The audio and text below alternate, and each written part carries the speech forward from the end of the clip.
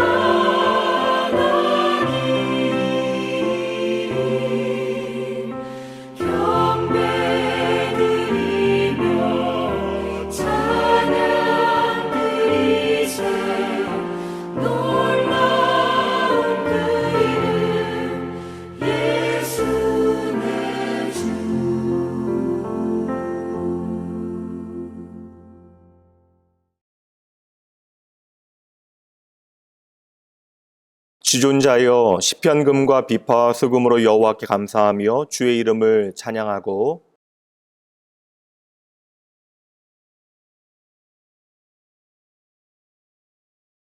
여호와께서 주께서 행하신 일로 나를 기쁘게 하셨으니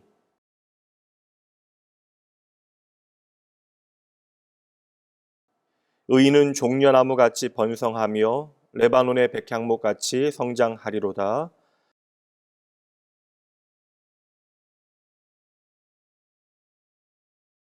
그는 늙어도 여전히 결실하며 진액이 풍족하고 빛이 청청하니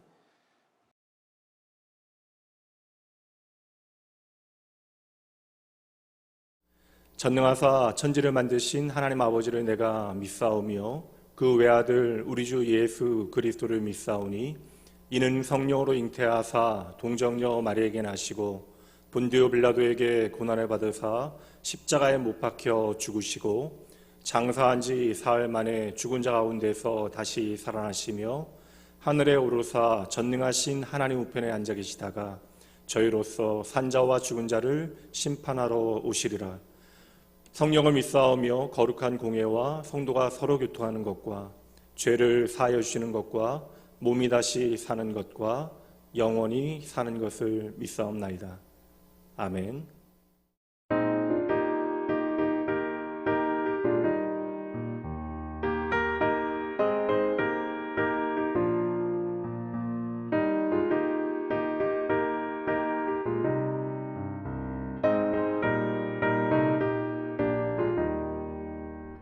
은혜가 풍성한 하나님을 믿는 자 한 사람 한 사람 어제도 오늘도 언제든지 반창고 보호해 주시네. 주여 성령의 은사들을 오늘도 내려 주소서. 성령의 뜨거운 불길로서 오늘도 충만케 하소서.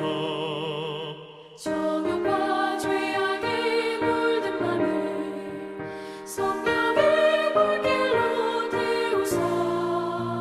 정욕케 하소서. 태우소서. 깨끗게 하여 주옵소서. 주여 성령의 은사들을 오늘도 내려 주소서. 성령의 뜨거운 불길로서 오늘도 충만케 하소서. 희생의 제물로 돌아가신 어린 양 우리 주 예수여. 구속의 은혜를 내리시사 오늘도 구원해 주소서.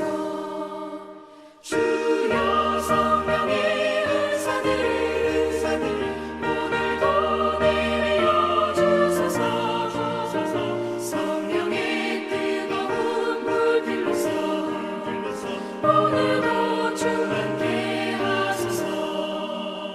주님의 기쁘신 은혜만을 세상에 널리 전하리니 하늘의 능력과 권세로서 오늘도 입혀 주옵소서.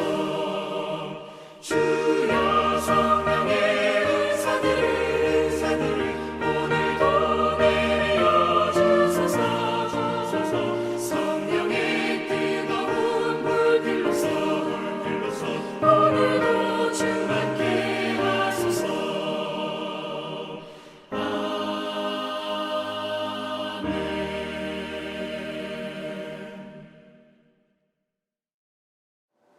은혜가 풍성하신 하나님 아버지 감사합니다. 거룩한 주일 하나님 전에 기쁜 마음으로 나와 예배드릴 수 있도록 인도하심을 감사를 드립니다. 지난 한 주간의 삶을 뒤돌아볼 때 하나님의 말씀보다는 세상의 인연과 유혹에 더 연연하여 살아왔사오니 용서하여 주시옵소서. 지금 우리는 코로나19라는 바이러스로 인하여 두려움과 혼란 속에 생활하고 있습니다. 이러한 때일수록 더욱 예배에 힘쓰고 기도와 찬송이 끊이지 않도록 노력하는 성도들이 되게 하옵소서. 사회적 거리두기라는 지침을 준수하면서 이 어려운 시기를 이기게 하시고 더욱더 하나님을 사랑하는 마음을 주셔서 믿음으로 승리하는 복음으로 하나 되는 은혜가 있게 하옵소서. 교회를 위해 기도드립니다. 모든 공적 예배가 원활하게 행하여질 수 있도록 은혜 내려 주시옵소서. 우리에게 주어진 사명을 잘 감당케 하시고 주위에 죽어가는 영혼들을 구원케 하시며 날마다 모이는 성도들이 늘어나는 부흥의 은혜도 있게 도와주시옵소서.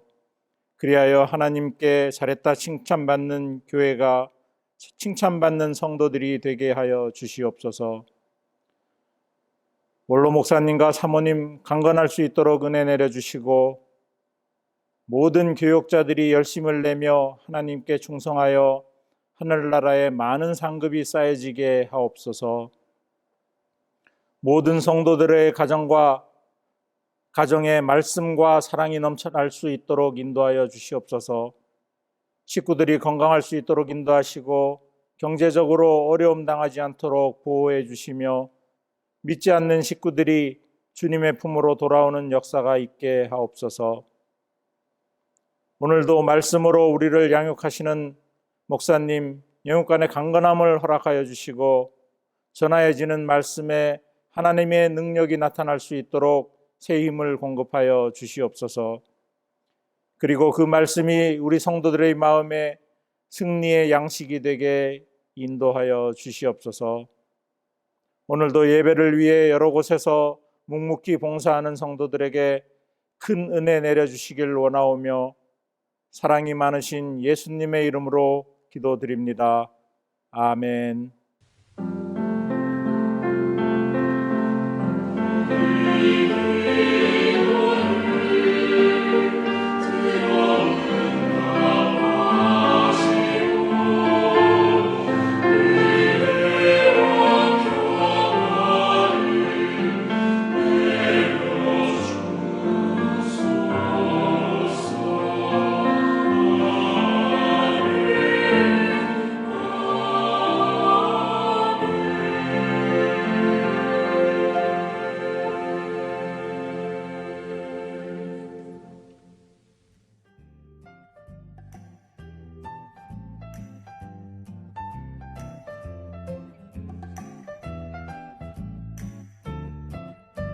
예수님으로 행복한 교회, 행복한 사람들. 2020년 5월 셋째 주 주일 낙원교회 교회 소식입니다. 할렐루야! 오늘 주일 예배에 함께하신 낙원교회 성도님 모두를 환영합니다. 오늘도 변함없이 우리를 부르신 곳에서 하나님을 온 맘 다해 예배하는 성도 되시길 바랍니다. 예배 안내 드립니다. 5월 한 달 동안 예배는 9시, 11시, 1시에 3부로 나누어 예배합니다. 5월 한 달 동안 주일 점심 식사는 없습니다. 전 세계적인 재난 극복과 한국교회 예배 회복을 위해 939 합심 기도는 계속됩니다. 오전 9시, 오후 3시, 밤 9시 하루 3번 알람을 설정하시고 함께 잠시라도 꼭 기도해 주세요. 코로나 바이러스로 인해 월세를 내지 못하는 미자립 교회와 귀국한 선교사님들의 숙소 지원 특별 선교 헌금에 함께 해주세요.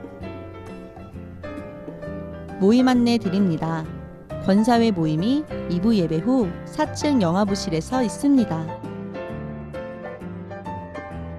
5월 24일 주일은 성례주일로 드립니다. 유아 세례와 성찬이 있습니다. 기도하며 준비해 주시기 바랍니다. 5월 31일 주일은 집으로라는 주제로 전세대 예배를 드립니다. 예기치 않은 어려움으로 함께 예배하지 못했던 모든 낙원의 가족들을 한 사람 한 사람 떠올리며 기도해 주세요. 민경란 전도사의 딸 안예선 자매의 결혼식이 5월 23일 토요일 11시에 JK 아트 컨벤션에서 있습니다.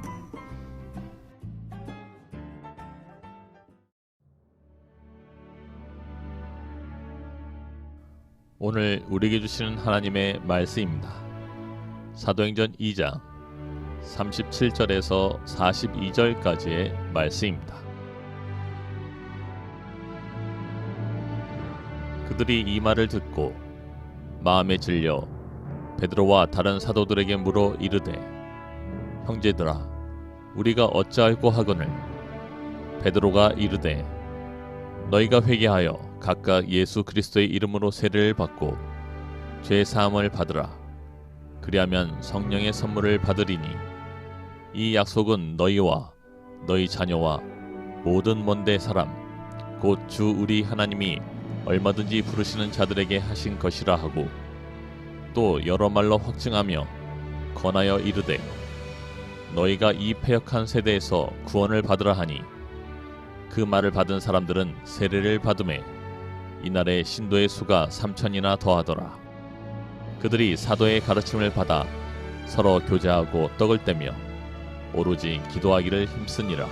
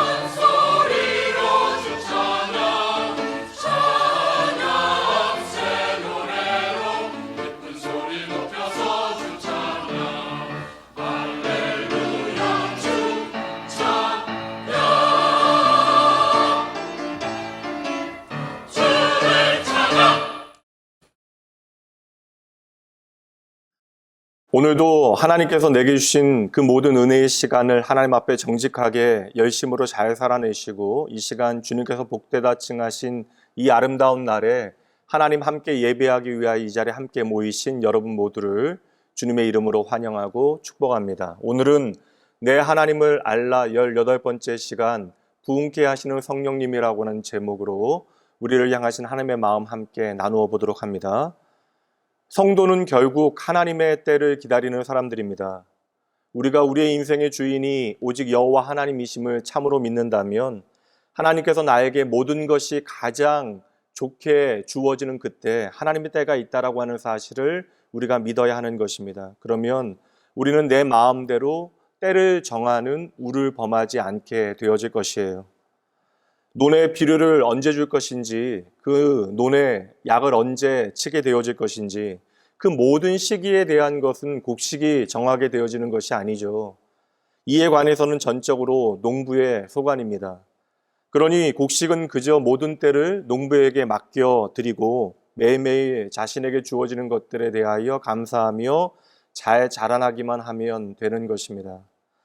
당장 우리가 원하는 대로 우리의 삶이 이루어지지 않는다 할지라도, 오늘 우리의 삶이 참으로 비루하고 힘겹게 여겨진다 할지라도 우리는 쉬이 절망하거나 좌절할 필요가 없는 것이에요.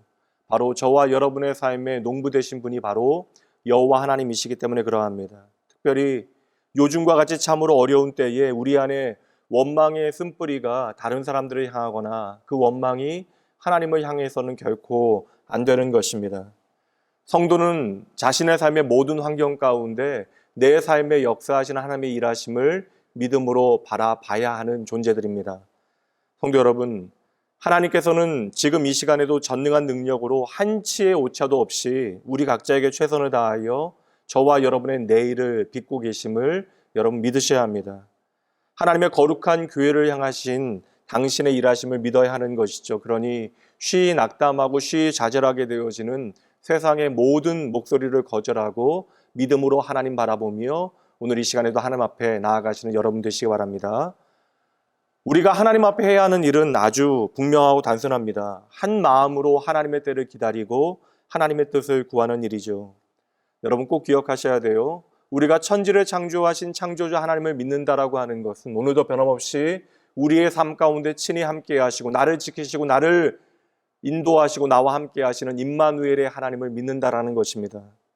오늘 당장 내가 소리내어 웃을 일 하나 없다 할지라도 눈앞에 보이는 작은 일들의 형편과 상관없이 베드로가 말한 그대로 오늘도 내 삶에 새로운 것들을 열어내시는 성령님, 그리고 내 안에 새로운 날을 시작하시는 성령님을 우리가 믿음으로 바라봐야 하는 것이죠. 성도의 삶의 진짜 가치라고 하는 것은 그저 이 땅 가운데 내가 잘 나가는 그것으로 그치는 것이 아니라 인생의 주인 되신 하나님의 때가 이르기까지 하나님을 믿음으로 인내하며 바라보는 그것에 있는 것입니다. 그래서 저는 은혜도 기다림이라고 믿고요, 믿음도 기다림이라고 확신합니다.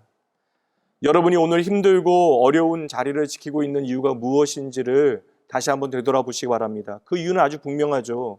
저와 여러분을 향한 하나님의 뜻이 선하시기 때문입니다. 그러니 꼭 기억하셔야 합니다. 오늘 나의 실패가 결코 하나님의 실패가 아닙니다. 지난주 오순절 성령 강림의 열매가 바로 교회다라고 말씀드렸어요. 그러므로 교회가 십자가 복음의 가장 영광스러운 열매이고 오늘 저와 여러분이 그 교회와 오순절 성령 강림의 열매임을 우리가 알아야 한다는 것입니다. 우연히 우리가 나의 선택과 나의 의지로 이 자리에 나와 있다라고 여기시면 안 되는 거예요. 여러분, 이 모든 것이 하나님의 선하신 계획 가운데 우리를 향하신 하나님의 거룩하신 부르심입니다. 그래서 신앙의 본질을 지키며 이 자리에 당당히 함께 하시는 여러분이 참으로 귀한 것이죠.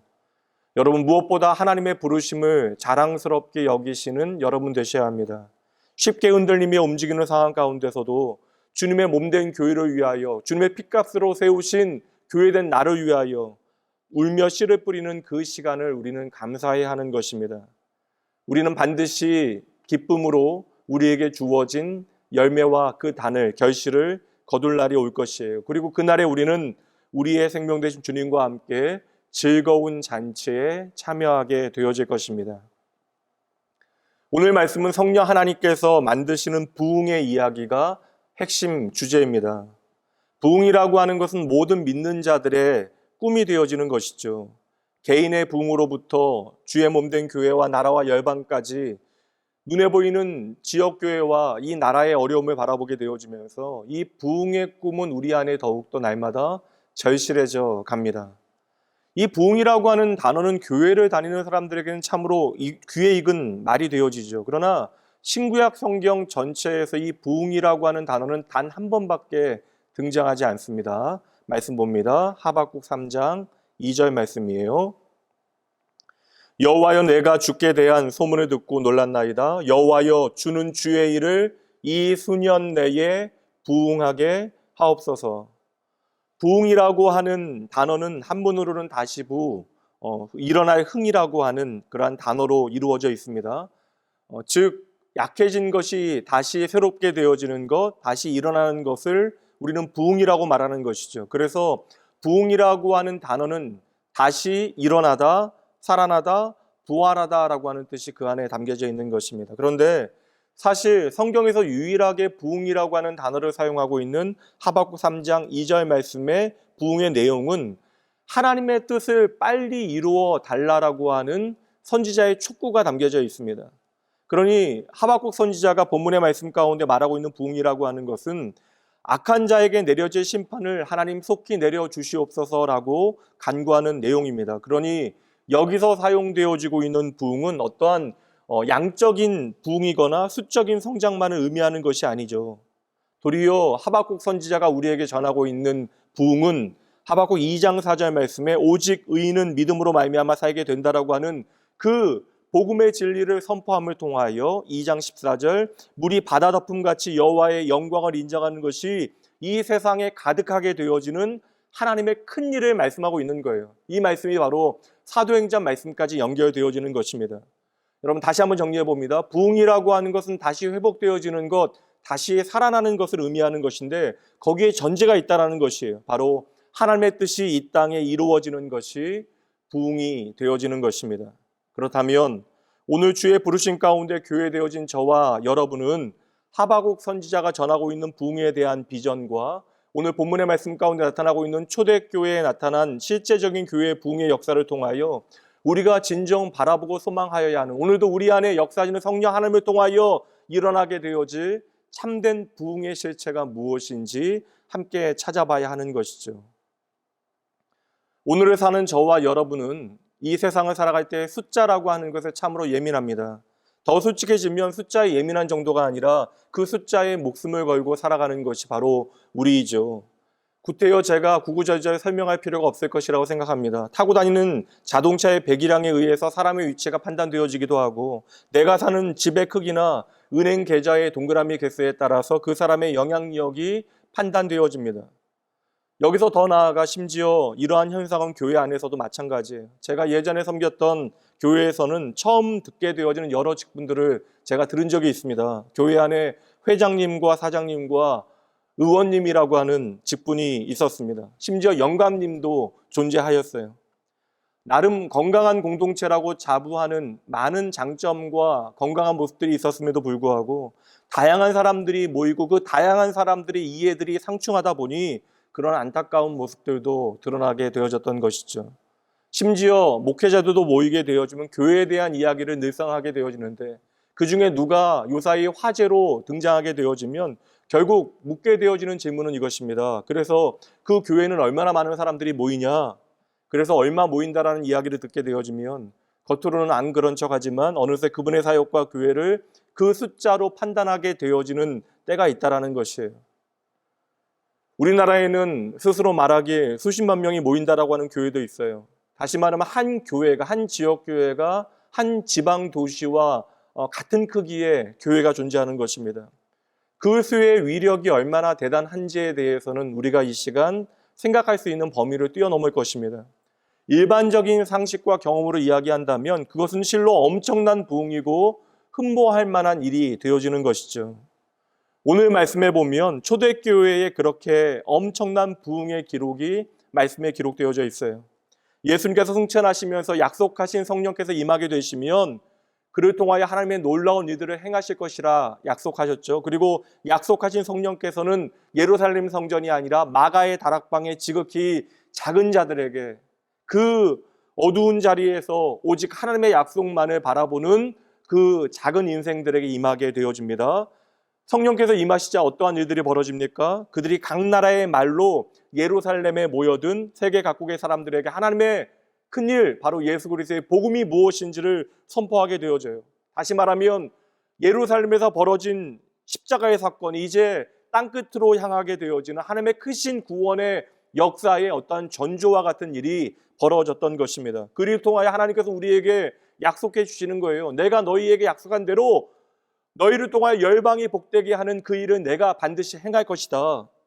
이 오순절 성령 강림의 결과를 사람들이 눈으로 보게 되어지고 귀로 듣게 되어지고 많은 사람들이 놀라게 되어지죠. 물론 그때에도 사람들이 그것을 비웃기도 하였습니다. 그렇게 오순절 성령 강림으로 각 나라의 말로 예수 그리스도의 복음이 선포되어질 그때에 이제 드디어 베드로가 일어나 그의 생애 첫 번째 설교를 하게 되어집니다. 아시다시피 베드로는 배우지 못한 자로 이스라엘 내에서도 천대받는 갈릴리 출신의 어부였습니다. 그러나 그가 전하는 그 설교의 내용은 참으로 놀랍기까지 해요. 그 짧은 설교에 이사야와 요엘 선지자의 말을 인용하고 있고요. 시편의 내용들을 꿰뚫어 말씀에 적용시키고 있습니다. 그리고 그 짧은 설교에 그리스도의 생애와 그의 죽으심과 부활뿐만 아니라 그들이 얼마 전 경험하였던 오순절 성령 강림의 약속까지도 담아서 말씀을 선포하였던 것이죠. 그리고 그의 설교의 내용에는 무엇보다 참으로 무섭고 엄중한 선언이 담겨집니다. 너희가 십자가에 못 박아 죽인 이 예수를 하나님께서 주와 그리스도가 되게 하셨다. 다시 말하면 너희가 예수를 죽였고 너희가 죽인 예수가 바로 너희가 그토록 기다렸던 메시아이시다. 여러분 얼마나 무섭고 두려운 선포입니까? 그토록 기다리던 메시아를 그들은 그들의 손으로 스스로 죽였다라는 것이죠. 이 설교를 듣게 되어졌던 예루살렘의 청중들의 반응이 오늘 본문의 말씀 37절입니다. 그들이 이 말을 듣고 마음에 찔려 베드로와 다른 사도들에게 물어 이르되 형제들아 우리가 어찌할꼬 하거늘. 여기서 먼저 그들의 마음이 찔렸다라고 이야기하고 있는데 마음이 찔려라고 하는 말의 헬라 원어의 뜻은 말발굽이 땅을 깊이 파냈다라고 하는 거예요. 그러니까 말발굽으로 인하여 땅이 움푹 파인 모양을 여기서 마음이 찔려라고 하는 표현으로 말하고 있는 것이죠. 다시 말하면 베드로가 전하는 그 복음의 내용에 마른 땅이 움푹 파일 정도로 그들이 엄청난 충격을 받게 되어졌다라는 것입니다. 그리고 그들의 이어지는 반응이 무엇입니까? 우리가 어찌할꼬라며 염려하게 되어졌던 것이죠. 그리고 우리가 어찌할꼬 염려하는 그들을 향하여 베드로가 답하는 말씀이 이어지는 38절 말씀입니다. 베드로가 이르되 너희가 회개하여 각각 예수 그리스도의 이름으로 세례를 받고 죄 사함을 받으라. 그리하면 성령의 선물을 받으리니. 베드로가 그들에게 제시한 방법은 두 가지입니다. 첫째는 바로 회개하라라는 것이죠. 그리고 둘째는 예수 그리스도의 이름으로 너희가 세례를 받아야 한다라는 것입니다. 그리고 그 결과로 나타난 일이 바로 41절 말씀이에요. 이 말씀은 함께 읽도록 합니다. 그 말을 받은 사람들은 세례를 받음에 이날의 신도의 수가 3,000이나 더하더라. 아멘. 다시 말하면 베드로 생의 첫 번째 설교, 그 단 한 번의 설교에 무려 3,000명이나 되는 사람들이 세례를 받았다라는 것이에요. 여러분 얼마나 엄청난 부흥의 역사가 일어난 현장입니까? 이 3,000이라고 하는 숫자는 오늘날로 해석해도 참으로 어마어마한 숫자인데 사실 고대 사회에서 이 3,000명은 정말 설명이 불가능한 숫자입니다. 게다가 이 3,000명이라고 하는 숫자는 그저 하루의 행사에 이벤트에 동원되어진 그러한 숫자가 아니라 말씀을 듣고 반응하고 세례를 받은 사람들의 숫자가 바로 3,000명이죠. 게다가 이 3,000명이 함께 세례를 받는 데에는 그것이 한 달, 1년의 시간이 걸린 것이 아닙니다. 베드로의 단 한 번의 설교에 단 하루 만에 벌어진 일이라는 것이죠. 그런데 이 사건은 이 한 번만으로 끝나지 않아요. 사도행전 4장 4절 말씀에 보면 며칠 지나지 않아서 베드로가 또 한 번 설교를 하게 되어지는데 이번에는 5,000명이 회개하는 사건이 벌어지게 되어집니다. 다시 말하면 단 며칠 만에 8,000명이나 되는 숫자가 회개하고 세례를 받았던 것이죠. 그래서 실제로 많은 사람들이 이 말씀을 읽고 성령 충만의 증거로 이러한 수적인 부흥에 대하여 주장하게 되어졌던 것입니다. 이처럼 눈에 보이는 숫자 8,000이라고 하는 숫자, 3,000, 5,000이라고 하는 숫자는 참으로 우리에게 매력적으로 보여집니다. 여러분 여기서 우리가 반드시 전제해야 하는 것은 그날에 벌어졌던 모든 일은 성령 하나님의 역사의 결과라고 하는 사실에 그리고 이 장면들은 사도행전의 역사적인 현장을 우리에게 보여주고 있는 것입니다. 그러나 모든 일에는 표면에서 벌어지고 있는 사건이 있고요. 그 표면의 이면에 놓이게 되어지는 의미가 있는 것입니다. 그러니 우리는 그저 겉으로 벌어지는 사건만을 볼 것이 아니라 그 겉 이야기 속에 숨겨져 있는 속 이야기가 무엇인지를 살펴야 진정 성령 하나님께서 우리에게 보여주시는 참된 부흥의 실체가 무엇인지를 우리가 확인하고 그것에게 가까이 다가갈 수 있는 것입니다. 성도 여러분, 이제 오늘 본문의 말씀이 보여주고 있는 부흥의 속 이야기로 함께 들어가 보도록 합니다. 41절 말씀에 가히 상상할 수도 없었던 그 기적적인 현장이 이어지는 말씀에 보니까 너무 싱겁게 끝나게 되어집니다. 이어지는 42절부터 47절 말씀에 보면 성도들은 사도들의 가르침을 따라 몰두하여 하나님의 말씀을 열심히 공부했고요. 서로 교제하고 식사하고 기도하는 일에 더욱더 힘을 쓰게 되어집니다. 물론 교회 안에 기이한 일들과 표적들이 많이 나타나기는 했는데 그 결과로 믿는 사람들이 함께 한 마음으로 서로를 사랑하고 지내게 되어지면서 서로의 필요를 채워주고 자신의 것을 함께 나누고 한 마음 한 뜻으로 성전에 모이기를 힘쓰고 집에서 함께 기쁨으로 식사를 하고 모일 때마다 떡을 떼며 예수 그리스도의 십자가를 묵상하고 하나님을 찬양하였다라고 말씀하고 있다라는 거예요. 그럼 여러분 생각해 보세요. 41절 말씀에 그 3천이라고 하는 사람들이 변화되어진 그 기적과도 같은 현장에 다음 이어지는 내용들이 너무나 조용한 결과가 아닙니까? 좀 더 극적이고 다이나믹한 멋진 모습들이 이어질 줄 알았는데 사실 본문이 말씀하고 있는 42절부터 47절까지 이러한 모습들은 오늘날도 건강한 믿음의 공동체에 다들 나타나고 있는 현상이라는 것이죠. 그렇다면 여러분 적어도 한 가지는 분명한 것 같아요. 사도행전을 기록하고 있는 인간 저자인 누가의 관심은 그저 기적 자체가 중요한 것이 아니라는 것입니다. 열광적인 모습 자체가 그에게는 중요한 것이 아니었던 것이죠. 누가는 그 기적의 현장보다 교회가 교회다워지는 그 모습에 더욱더 중요한 관심을 두고 있었던 것입니다. 그렇다면 여러분 오늘 본문의 말씀에 실제적으로 등장하고 있는 이 3,000명이라고 하는 숫자가 가지고 있는 의미가 무엇이겠습니까? 진정 이것이 참된 부흥의 모델이 되어지고 성령 충만의 확실한 증거가 되어지는 것입니까? 여러분 이 질문이 왜 우리에게 중요하냐면 성도가 이 세상을 살아갈 때 반드시 세상 사람들의 기준에서 성공할 때 그것이 부흥인가?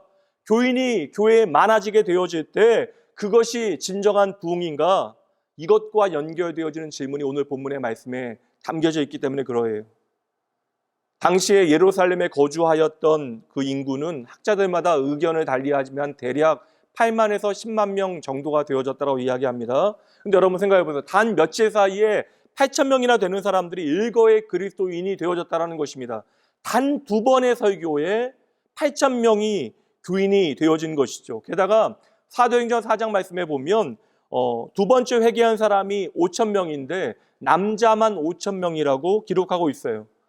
고대 사회에서는 한 남자의 변화가 그 가정의 변화를 의미하는 사회였기 때문에 적어도 여러분 며칠 사이에 8,000 가정이 예수를 믿었다라는 거예요. 그럼 여러분 적어도 수많은 사람들이 이제 교회에 나오게 되어졌다는 것입니다.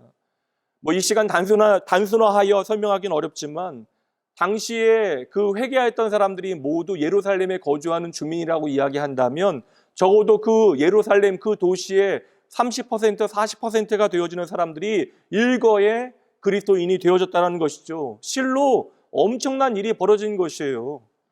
충분히 한 도시를 복음화할 수 있다라고 하는 성시화 운동의 근거가 되어질 수 있는 말씀이기도 합니다.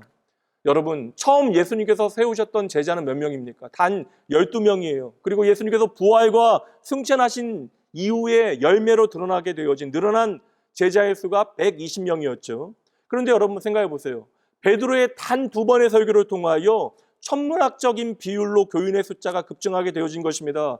그러니 이러한 내용을 근거로 교회 성장학자들은 오늘도 교회는 이러한 양적인 성장들이 얼마든지 가능하고 이러한 양적인 성장이 일어나는 것이 바로 성령 충만의 증거이다라고 주장하게 되어진 것이죠. 오늘 말씀은 성경에 기록된 말씀이기 때문에 그 사실 자체를 우리는 결코 부정해서는 안 되는 것입니다. 하지만 이 모든 내용을 우리는 이 사건을 사도행전 전체 맥락 가운데 바라봐야 하는 것이죠. 이날 이후로 30년의 세월이 흘러가요.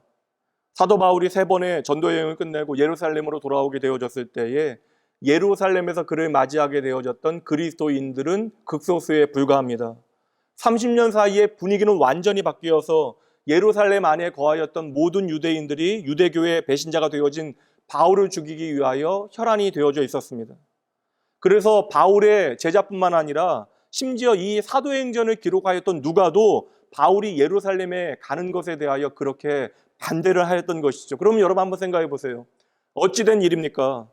저는 지금 사도행전 안에 있는 기록을 말씀드리고 있는 것이에요. 그저 여러분 30년이라고 하는 세월이 흐른 것뿐이에요. 30년 전에 베드로의 단 2번의 설교에 인구의 절반 가까이가 세례를 받고 교회에 나오기 시작했는데 그렇다면 여러분 30년이 지나서는 적어도 예루살렘에 그 정도의 사람은 남아있어야 할 것 아닙니까? 아니면 아무리 줄어든다 하여도 그 반이 되어지는 사람들은 남아있어야 하는 거 아닙니까? 그런데 그렇게 되어지기는커녕 예루살렘의 예수의 대적자, 교회의 핍박자들로 그 도시는 가득 채워졌던 것이죠. 만약에 예루살렘의 수비대장이었던 글라우디오 루시아가 사도 바울을 지켜주지 아니하였다면 사도 바울은 로마에도 가지 못하고 예루살렘에서 죽임을 당하였을 것입니다. 그럼 여러분 한번 생각해 보시죠. 30년 전에 마음이 찔려하며 세례를 받고 그렇게 교회에 나왔던 그 많은 사람들은, 그 군중들은 어디로 간 것입니까? 그 많은 그리스도인이라 칭했던 사람들은 다 어디로 사라지게 되어진 것입니까? 인구의 약 절반 가까이 되어지는 사람들이 그리스도인이 되어졌는데 그들은 지금 어디에서 무엇을 하고 있는 것입니까? 어느새 베드로와 같은 지도자가 없기 때문에 그러한 일들이 벌어지고 있는 거예요? 아니잖아요, 여러분. 베드로뿐만 아니라 예수님의 다른 사도들과 바울 사도는 이후로도 수많은 설교와 함께 복음 전도의 사역을 감당하였습니다. 날이 지날수록 그들의 열정은 더 뜨거워졌어요. 단순히 지도자가 없었기 때문에 벌어진 일이 아니라는 것이죠. 물론 사도행전 8장 말씀에 가보면 예루살렘에 대핍박이 일어나서 많은 그리스도인들이 예루살렘을 떠나게 되어집니다. 그렇게 흩어진 그리스도인들이 흩어진 디아스포라에서 주님의 교회를 세우게 되어지고 그 교회들은 바울 사도뿐만 아니라 많은 복음 전도자들을 세우게 되어집니다. 그러나 여러분, 아무리 그 모든 사실들을 감안한다 할지라도 한 도시의 절반 가까운 사람들이 일거에 그 도시를 떠난다라고 하는 것은 말이 되어지지 않는 것이죠. 그렇다면 여러분, 도대체 예루살렘에 어떠한 일이 벌어진 것입니까? 얼마 전에도 총선이 있었지만 선거를 위해서는 킹메이커라고 불리어지는 뛰어난 선거 전략가가 반드시 필요합니다. 그렇다면 여러분, 최고의 선거 전략가는 어떠한 사람입니까? 무엇보다 여론의 흐름을 잘 파악해야 하고 민심의 동향을 잘 분석할 수 있는 안목이 있는 사람들이어야 하는 것이죠. 그래서 그들의 최고의 임무는 군중 심리를 잘 파악하여 그 군중 심리를 우리에게 유리하도록 이끌어내는 사람들이 바로 선거 전략가들입니다. 근데 이 군중 심리라고 하는 것은 현대에 갑자기 등장한 개념이 아니죠. 인간의 본성입니다. 모세가 하나님의 지시에 따라 이제 하나님의 백성으로 살아갈 수 있는 하나님의 법, 율법을 받기 위해서 시내산으로 올라가게 되어집니다. 근데 여러분, 모세가 시내산에 올라간 그 잠시의 시간 동안에 산 아래에 있었던 사람들은 모세가 눈에 보이지 않자 그곳에서 금송아지를 만들고 즐기고 있었던 것이죠. 그들은 무엇이 옳고 그른지에 대해서 생각하지 않아요. 그저 우리의 경험과 우리의 마음과 우리의 생각에 좋다라고 생각하는 그것을 아무렇지도 않게 행하게 되어지고 사람들은 그것을 열광하며 좋아했던 것입니다. 그래서 여러분, 그 결과로 황금송아지가 하나님이 되어진 것이에요. 그들이 황금송아지를 예배하며 우리가 하나님을 예배한다라고 착각했던 것입니다. 이것이 바로 군중심리이죠. 출애굽한 이스라엘 백성들이 가데스 바네아에 오게 되어질 때 모세는 12명의 정탐꾼을 가나안 땅으로 보내게 되어집니다. 그들이 돌아와서 그 결과를 이야기할 때에 자기들은 아낙 자손에 비교할 때 그들은 거인이고 우리는 메뚜기와 같다라고 이야기합니다. 그때 모든 백성들이 통곡하며 모세를 원망하였어요. 그들은 한순간에 있게 되어진 것입니다. 우리가 어떻게 출애굽하게 되어졌고 우리가 왜 이 자리에 있는지에 대하여 그 누구도 생각하지 않았던 것입니다. 어느새 그들은 나를 구원하신 하나님을 한꺼번에 잊어버린 것이죠. 이것이 바로 군중 심리입니다. 예수님께서 예루살렘에 입성하실 그때에 그 시민들은 모두가 다 손에 종려나무 가지를 들고 흔들면서 호산나 이스라엘 왕이여 하며 예수님을 향하여 열광적인 찬양과 환호를 보냈습니다. 그런데 불과 닷새 후에 그들은 이구동성으로 그 예수를 십자가에 못 박으라 소리 지르며 저주하였죠. 여러분, 이것이 바로 군중 심리입니다. 그렇다면 여러분, 하루 동안에 3,000명이나 되는 사람들이 회개하고 세례를 받은 것은 무엇입니까? 그리고 얼마 되지 않아서 조용히 사그러들었던 그들의 중심에는 어떠한 생각이 있었던 것입니까? 설교를 들었던 것도, 앞다투어 세례를 받았던 것도, 그들이 믿는 사람들의 대열에 동참하게 되어진 것도 다 결국에는 군중 심리였던 것이죠. 많은 사람들이 그날의 분위기와 눈에 보이는 현상들과 감정에 휩싸여서 세례의 본질은 무시하고 세례의 형식만 취하게 되어진 것입니다. 그래서 누가는 이 부분에 대하여 말씀을 기록하면서 그날의 그리스도인이 되어졌다, 교회에 나오게 되어진 사람들을 향하여 제자라고 하는 단어의 뜻인 마데테스나 형제라고 하는 아델포스라고 하는 단어를 사용하지 아니하고 그냥 살아있는 존재라고 하는 뜻인 헬라어 푸시케라고 하는 단어를 사용하고 있는 것입니다. 41절 말씀에서 우리말 성경은 그 의미를 표현하기 위해서 신도라고 하는 말을 사용하고 있지만 이 원문의 단어가 푸시케라고 하는 단어가 사용되고 있는 것이죠. 푸시케라고 하는 존재는 그저 성도이거나 제자가 아니라 살아있는 생명을 의미하는 것입니다. 그렇다면 이러한 단어를 사용한 누가의 의도가 무엇이었겠습니까? 이들이 진정 예수 그리스도의 자녀, 예수 그리스도의 제자라고 하는 사실을 인정하는 것은 잠시 유보하겠다라는 것이죠. 조금 더 시간이 지나고 그들의 삶을 통하여 확인하게 되어질 때까지 누가는 그 모든 판단을 잠시 내려놓겠다라는 것입니다. 수많은 사람들이 그 하루에 몰려들게 되어졌지만 그 숫자는 충분히 가짜일 수도 있다라는 것이에요. 그리고 불행히도 누가의 예상은 너무나 정확하게 맞아 떨어지게 되어집니다. 여러분, 그러나 오해하지 마셔야 합니다. 정확히 그날의 역사는 성령의 역사입니다. 그리고 군중 심리조차도 충분히 예수 그리스도를 나의 주로 만나게 되어지는 신앙의 동기가 되어질 수 있다는 것이에요. 여러분, 이 자리에 있는 우리 모두가 다 동일한 방법으로 예수를 믿게 되어진 것이 아닙니다. 성령 하나님께서 우리를 그리스도의 자녀로 부르실 때에, 하나님의 백성으로 부르실 때에 그 부르심의 방법은 너무나 다양해요. 그러나 여러분, 우리가 예수 그리스도의 부르심 가운데 하나님의 자녀가 되어졌다면 이제 그리스도와의 진정한 연합은 철저히 개인적인 것입니다. 그때는 결코 군중 심리나 감정이나 느낌만으로는 안 된다라는 것이죠. 제가 어릴 때에 교회마다 총동원 전도주일이라는 것이 있었습니다. 그 날이 되어지면 사람들이 교회에 가득 차고 넘쳤어요. 300명 출석하는 교회에 3,000명이 한 주일에 모이게 되어지고 예배를 1부, 2부, 3부 그것이 아니라 10부 예배를 드리게 되어집니다. 가히 동네 축제가 되어지는 것이죠. 다들 사람들이 몰려가니까 한 번씩 다 가보는 것입니다. 그리고 그렇게 따라갔다가 실제로 그리스도인이 되어진 사람들도 있습니다. 저도 그러한 혜택을 본 사람들 가운데 하나예요. 제 아내의 부모님께서는 신실한 불교도이셨는데 그날 한번 교회에 오셨다가 그리스도인이 되셨던 것이죠. 만약에 그러한 일이 없었더라면 제 아내는 아마도 법당에서 반주를 하는 보살님이 되어졌을 것입니다. 그 어떤 대규모 회심이 일어날 수도 있어요. 민족적인 그러한 회심의 일들이 벌어질 수도 있습니다. 그러나 여러분, 그 이후에 우리가 예수 그리스도의 제자가 되어지고 참된 주님의 교회가 되어지는 진정한 부흥의 역사는 군중 심리만으로는 되어질 수 없다라는 것이에요. 우리가 각각 예수 그리스도와 친밀한 교제의 시간을, 개인적인 관계를 유지하지 않으면 우리의 삶에 하루하루 쌓여가는 그 인생의 모든 시간이라고 하는 숫자는 결코 우리의 신앙에 존재하지 않는 가짜 숫자가 되어지는 것입니다. 38절 말씀 다시 한번 보도록 합니다. 베드로가 이르되 너희가 회개하여 각각 예수 그리스도의 이름으로 세례를 받고 죄사함을 받으라. 그리하면 성령의 선물을 받을 것이다. 여기서 중요한 믿음의 본질을 보여주는 단어가 저는 각각이라고 생각합니다.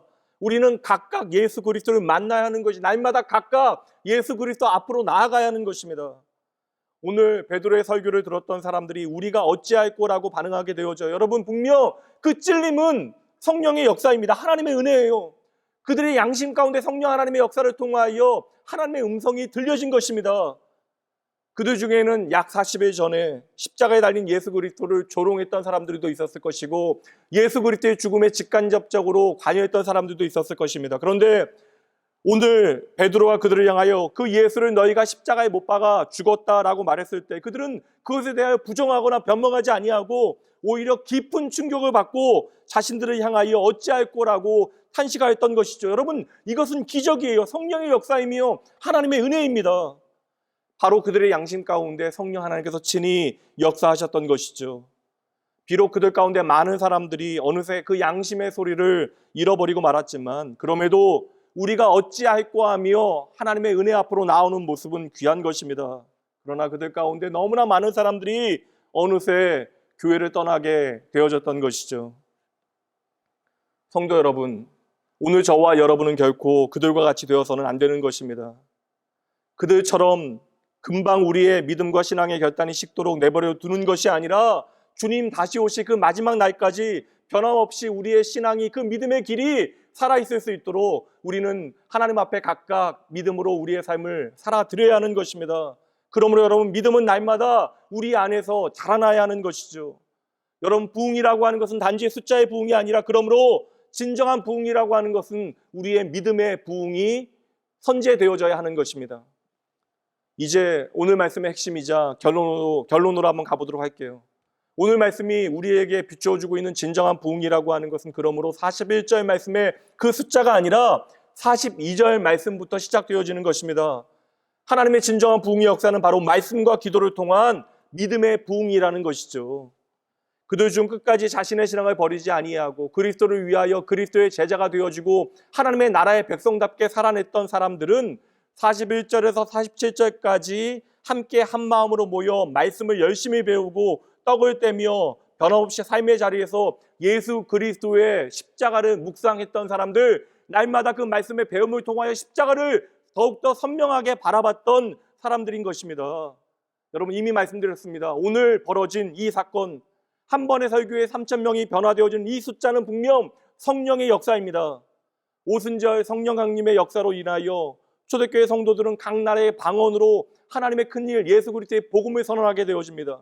그리고 베드로의 첫 설교를 통하여 수많은 사람들이 가슴을 치고 하나님 앞에 돌아오게 되어졌던 것이죠. 그러나 그들은 믿음의 공동체를 이루지 못하고 곧 사라지게 되어져요. 진정 그들에게 필요했던 것은 마음의 떨림이나 뜨거움이나 눈에 보이는 그 현상이 아니라 자신을 하나님께로 온전히 돌려 하나님과 하나 되어지는 경험이 그들에게 필요했던 것입니다. 그러므로 각각 회개하여 세례를 받고 하나님과 친밀한 교제의 그 자리로 나아가야 했던 것이죠. 오직 하나님의 살아있는 말씀을 통하여 하나님을 만나고 예수 그리스도의 구원의 은혜와 십자가의 의미를 배우는 길만이 우리가 참된 제자의 길을 걸어갈 수 있는 유일한 길인 것입니다. 저와 여러분도 가슴 떨려하며 울며 교회 안으로 들어왔지만 그 믿음의 길을 묵묵히 걷지 못하고 그저 눈에 보이는 표적과 증거들만 쫓아다녔던 군중들은 결국 교회에 어려움이 닥치게 되어지면 너무나 쉽게 사라지는 것을 보게 되어집니다. 초대교회 현장이 그것을 우리에게 분명하게 보여주고 있는 것이죠. 그러니 여러분, 사랑하는 나온교회 성도 여러분, 꼭 기억하셔야 합니다. 하나님은 오늘도 수천의 군중보다 한 사람의 깨어있는 그리스도인을 찾으십니다. 그렇다면 여러분은 수많은 군중 가운데 하나가 되어질 것이 아니라 한 사람의 깨어있는 하나님께서 찾으시는 그리스도인이 되셔야 하는 것입니다. 그리고 오늘 우리 가운데 이미 임재하시어 우리 안에 놀라운 하나님의 일들을 행하고 계신 성령 하나님께서는 저와 여러분을 새롭게 하시기 위하여, 저와 여러분을 부흥케 하시기 위하여 하나님의 말씀으로 우리 가운데 오늘도 일하고 계시는 것이죠.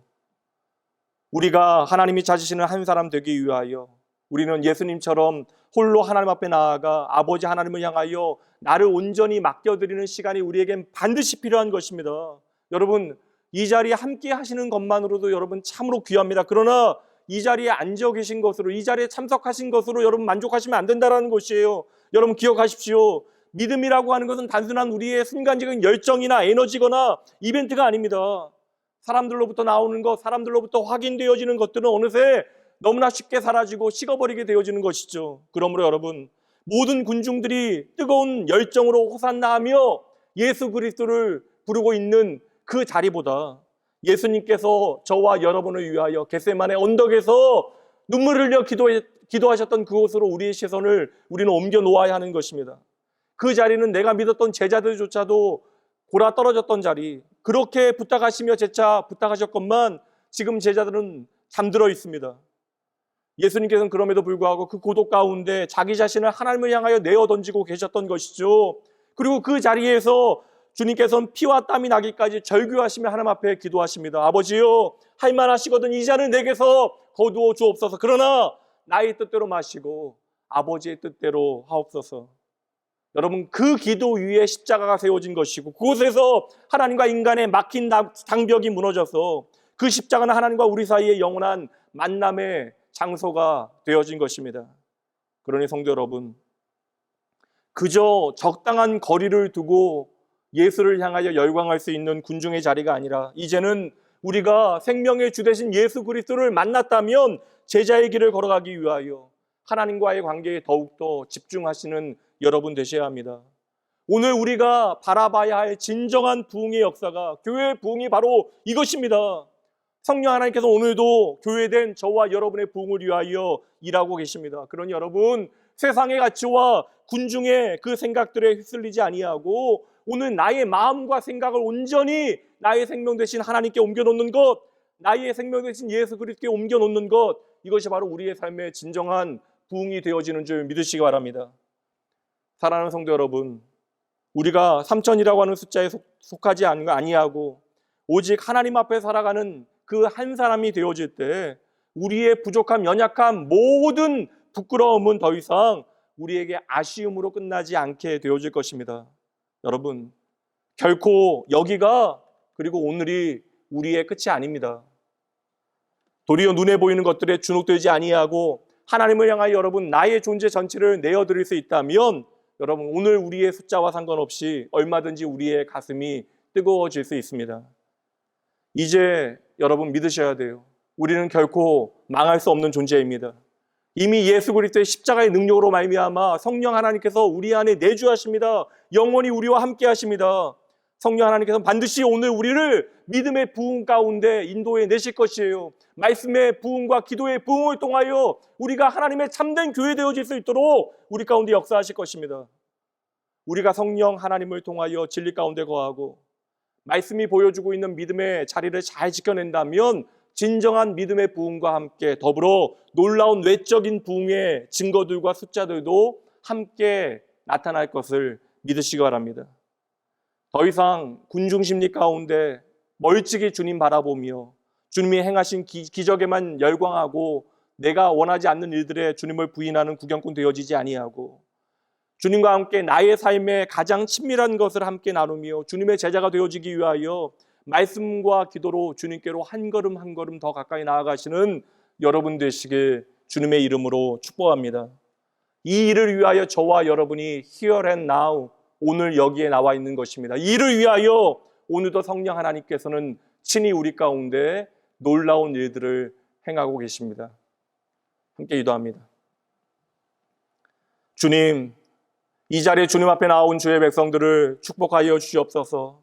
그동안 깨어있는 한 명의 그리스도인으로 살아가기보다는 그저 편안한 익명의 한 사람의 군중이 되어져서 그 군중 가운데 내 모습을 숨긴 채로 세상과 버타며 살아갔던 것이 저희 주여 우리의 모습입니다. 주님, 이 시간 우리를 향하신 주의 마음이 무엇인지를 온전히 깨닫게 하시어 오직 하나님 아버지의 뜻에 집중하셨던 주님의 모습이 오늘 우리에게 있기를 간절히 소원합니다. 주님, 날마다 우리의 삶이 예수 그리스도께로 더 가까이 나아가게 하시어 세상의 자랑과 군중의 목소리에서 벗어나 나를 향하신 우리를 향하신 주님의 음성에 귀 기울이게 하여 주시옵소서. 우리의 흔들리지 아니하는 믿음의 근거가 눈에 보이는 것들이 되어지지 아니하고 오직 예수 그리스도의 십자가 되어질 수 있도록 그리하여 하나님을 향한 우리의 사랑만이 우리의 가장 깊은 자랑 되어질 수 있도록 주여 친히 역사하여 주시옵소서. 이 시간 주의 몸된 교회와 이 땅의 연약한 이들을 위하여 간절히 기도합니다. 지금까지의 우리의 기도가 나의 부족만을 위한 기도였다면 이제 진정으로 아버지여 이들을 위하여 이 땅을 위하여 우는 자들 되어질 수 있도록 주여 저희를 붙들어 주시옵소서. 우리의 연약한 눈물의 기도가 하나님의 능력으로 나타나게 하시고 서로의 부족을 사랑으로 채우게 하시고 서로의 부족이 사랑의 증거로 드러나게 하시고 서로의 부족하다에게 더욱더 하나님의 놀라운 은혜만을 구하게 하여 주시옵소서. 새롭게 시작되어지는 한 주 성령 하나님 안에서 주의 참된 부흥을 꿈꾸며 하루하루 살아갈 수 있도록 인도하여 주실 것을 믿고 감사드리며 오늘 우리에게 성령을 허락하신 우리의 생명 되신 예수님 이름으로 간절히 기도합니다. 아멘.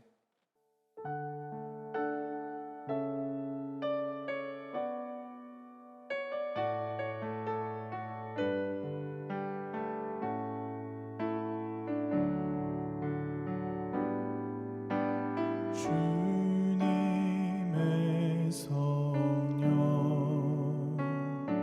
지금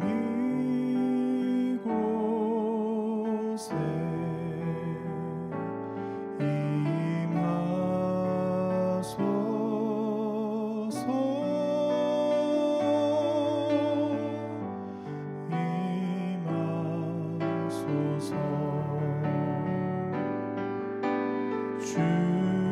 주님의 성령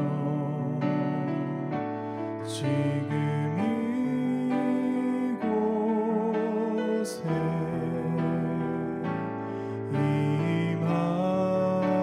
임하소서.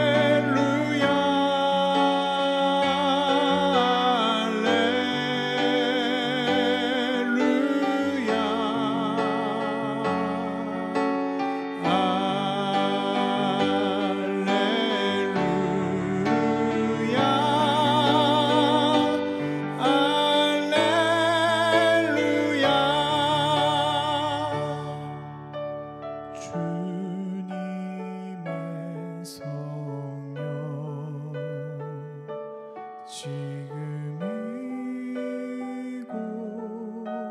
이곳에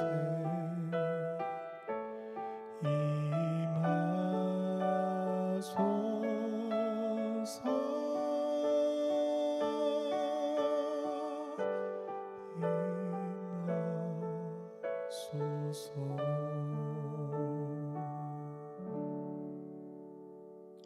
하나님, 나의 아버지, 이 시간 믿음으로 드려진 모든 감사와 소원의 예물 위에 주님께서 친히 함께 하시고 이들의 모든 고백이 하나님 받으실 만한 아버지와 참된 고백 되어질 수 있도록 붙들어 주시옵소서.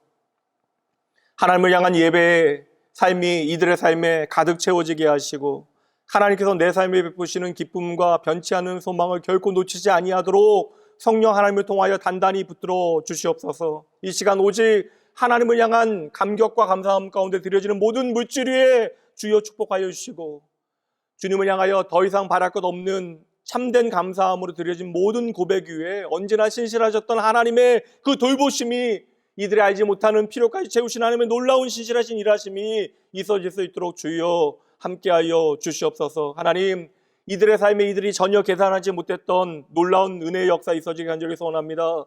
더 나누기에, 더 섬기기에, 더 사랑하기에 부족함 없도록 주여 날마다 이들의 삶에 더 많은 것들 허락하여 주시옵소서. 이들의 삶을 통하여 친히 동행하시고 함께 하시는 믿음의 증거를 보여주실 우리의 생명 되신 예수님의 이름으로 축복하며 간절히 기도합니다. 아멘.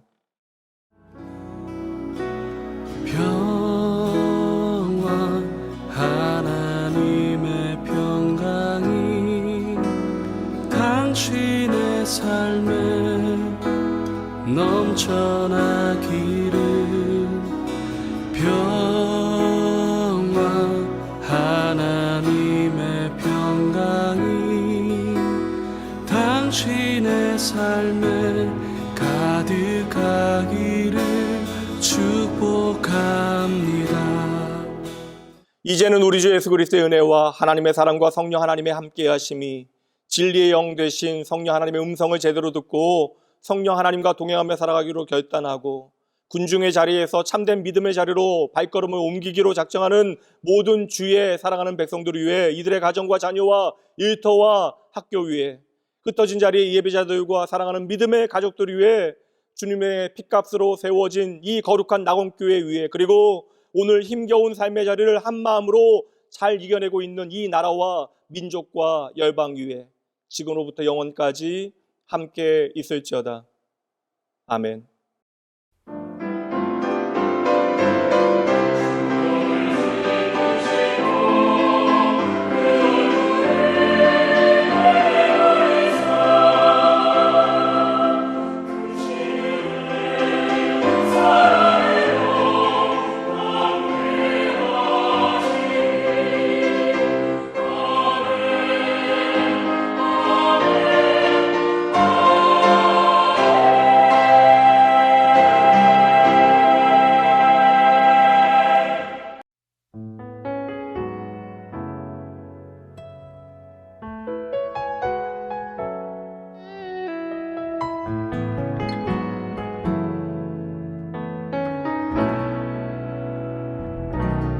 우리 아버지는 지금도 일하시네.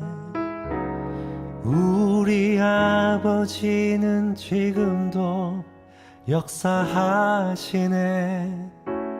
눈에 보이지 않아도 쉽게 느낄 수 없어도 우리 아버지는 지금도 일하시네.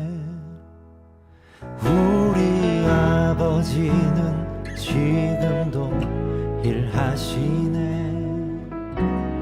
우리 아버지는 지금도 역사하시네. 눈에 보이지 않아도 쉽게 느낄 수 없어도 우리 아버지는 지금도 일하시네. 우리 아버지는 내 기도 들으시네.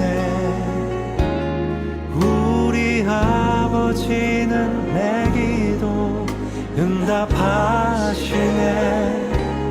눈에 보이지 않아도 쉽게 느낄 수 없어도 우리 아버지는 내 기도 들으시네.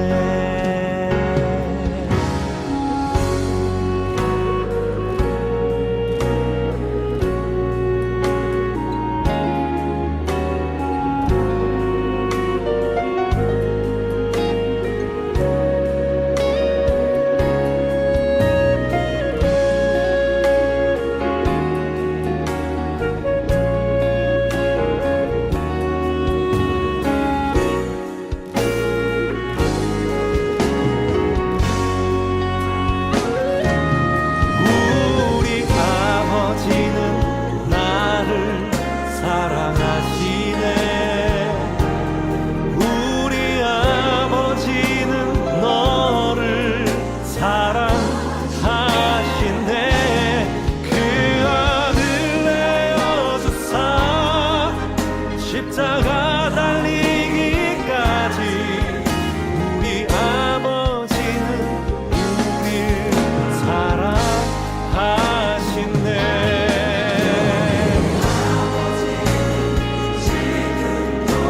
일하시네. 우리 아버지는 지금도 역사하시네.